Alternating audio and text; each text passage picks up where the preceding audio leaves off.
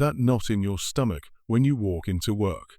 That tightness in your chest that won't let go, like invisible hands pressing down. Your breath catches, your throat closes, and your mind races with doubt. You wonder, am I losing myself here? Is this normal?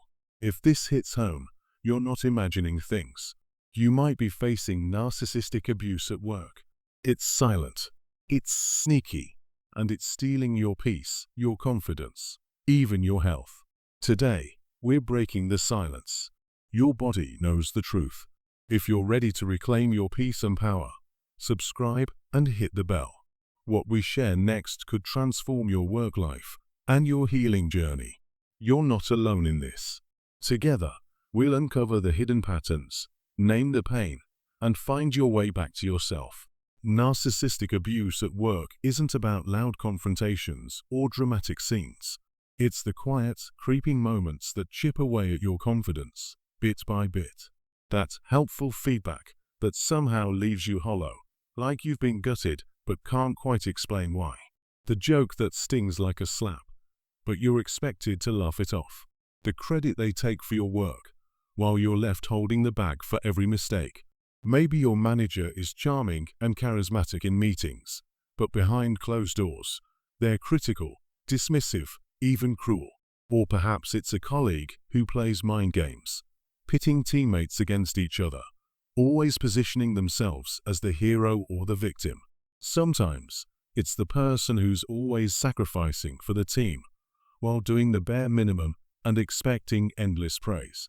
Your body picks up on this long before your mind can make sense of it. You notice that flutter in your chest when they enter the room. Your jaw clenches during their so-called constructive criticism. You leave meetings feeling drained, exhausted, like you've just run a marathon. But all you did was sit in a chair. There's a spiritual dimension here, too. Narcissists are like energy vampires. They drain your light to fuel their emptiness. Recognizing this is your first act of rebellion. It's the moment you start to trust yourself again. Your body keeps score, even when your mind tries to rationalize or ignore the pain.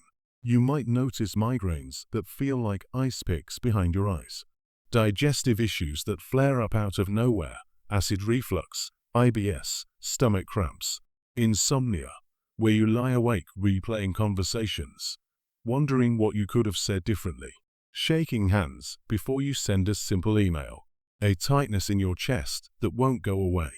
These aren't just random symptoms. They're your body's way of sounding the alarm. It's saying, this environment is toxic. This is not okay. Let me share a story. Sarah was a project manager who loved her work. She was passionate, dedicated, and always went the extra mile.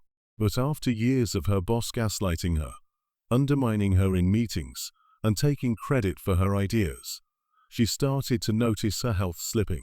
Her thyroid flared up. Her immune system seemed to be attacking itself. Her body was screaming what she couldn't voice. This is not safe. This is not healthy. So, let's pause for a moment. Place your hand over your heart.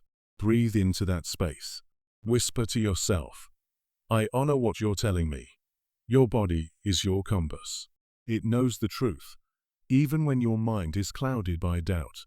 Now, let's get specific. How do you spot narcissistic abuse in the workplace? Here are some of the most common patterns. There's the credit hijacker, the person who presents your reports as theirs, then blames you for any missing data. You do the work, they take the glory, and the blame always lands on your shoulders. It's a subtle form of theft, and it leaves you questioning your own worth. Then there's the gaslighting ninja. You know what you heard they said Tuesday, but when you remind them, they look at you like you're crazy. You're confused. I never said that. Suddenly, you're doubting your own memory, your own perception of reality. It's a mind game designed to keep you off balance. Triangulation is another classic. This is when they pit team members against each other. Alex agrees this is subpar. They use others as pawns to manipulate and control. It's a way to divide and conquer, to keep everyone guessing and insecure. Silent treatment is another weapon. Days of ignored emails, cold shoulders in the hallway. You start to feel invisible, like you don't matter. And your body reacts. Stomach ulcers, anxiety, a sense of dread. It's a form of emotional punishment, and it's deeply damaging. Then there's the martyr. I've sacrificed so much for this team. But when you look closely, they're doing the bare minimum and expecting endless praise. It's a performance, a way to manipulate sympathy and avoid accountability. Selective empathy is another red flag. They're tearful over their own struggles, but stone-faced when you share yours. It's a way to keep the focus on them, to make your pain invisible. And finally, the bait and pummel. They lavish you with praise, then tear you down in the next breath. It's a cycle that keeps you off balance, always craving their approval, always fearing their criticism. It's a roller coaster designed to keep you hooked. Their charm is armor. Their rage is a toddler's tantrum in a tailored suit. But you're not crazy. You're not imagining things. You're seeing the patterns for what they are. So, what can you do? How do you protect yourself, body, mind, and soul? Boundaries are your spiritual armor. You don't have to engage in every battle. You don't have to explain yourself to someone who won't listen. Boundaries are not about being rude or cold. They're about self-respect. Try the broken record technique. If they keep pushing, just repeat, "I hear you. My deadline remains Friday." Calm, steady, unshakable. You don't have to justify or defend yourself endlessly. Protect your energy. If you're in a toxic meeting, imagine a golden shield around you. Affirm silently, "Their chaos stops here." Visualization is a powerful tool for maintaining your inner peace. Document everything. Emails, Slack messages, timelines. If things escalate, you'll have a record. It's not about paranoia. It's about protecting yourself.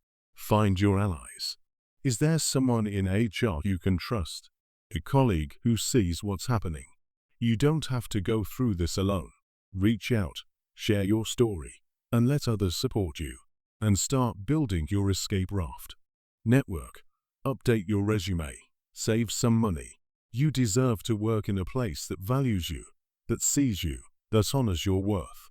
Your workplace shouldn't be a war zone. If you saw yourself in this video, know that you're not alone. Share your story in the comments. Let's support each other. Subscribe for part 2. Rebuilding after workplace trauma.